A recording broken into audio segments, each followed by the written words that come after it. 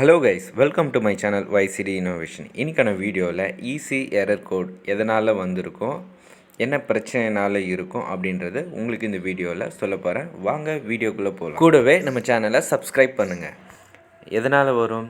Gas leak ஆனால் வரும். Case எப்படி லீக் ஆகும்?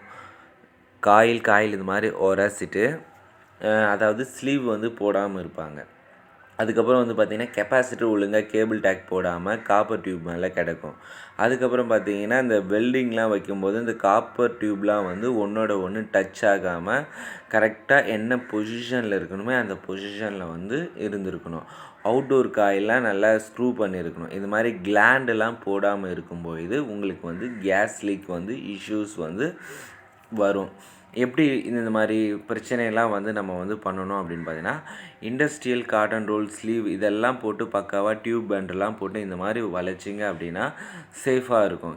இப்போது இந்த கிளாண்டு இதெல்லாம் வந்து கவர் பண்ணியிருப்போம். எதுக்காக அப்படின்னு பார்த்தீங்கன்னா, இந்த ஏசி வந்து பால்கனியில் இருக்குது. கண்டிப்பாக வந்து ஃப்ளார் நெட்டில் வந்து வாட்டர் ஷூட்டிங்லாம் வரும். அதெல்லாம் கண்ட்ரோல் பண்ணுறதுக்காக தான் நட்டை சுற்றி நம்ம வந்து டேப்லாம் வந்து அடிச்சிருக்கோம். காட்டன் ரோல்லாம் வந்து போட்டிருக்கோம்.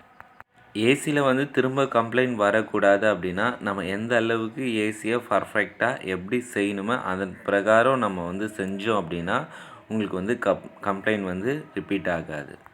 இந்த வீடியோ உங்களுக்கு பயனுள்ளதாக இருந்தால் தவறாமல் லைக் பண்ணுங்கள், ஷேர் பண்ணுங்கள். நம்ம சேனலை புதுசாக பார்க்குறவங்க சப்ஸ்கிரைப் பண்ணுங்கள். தேங்க்யூ. பாய்.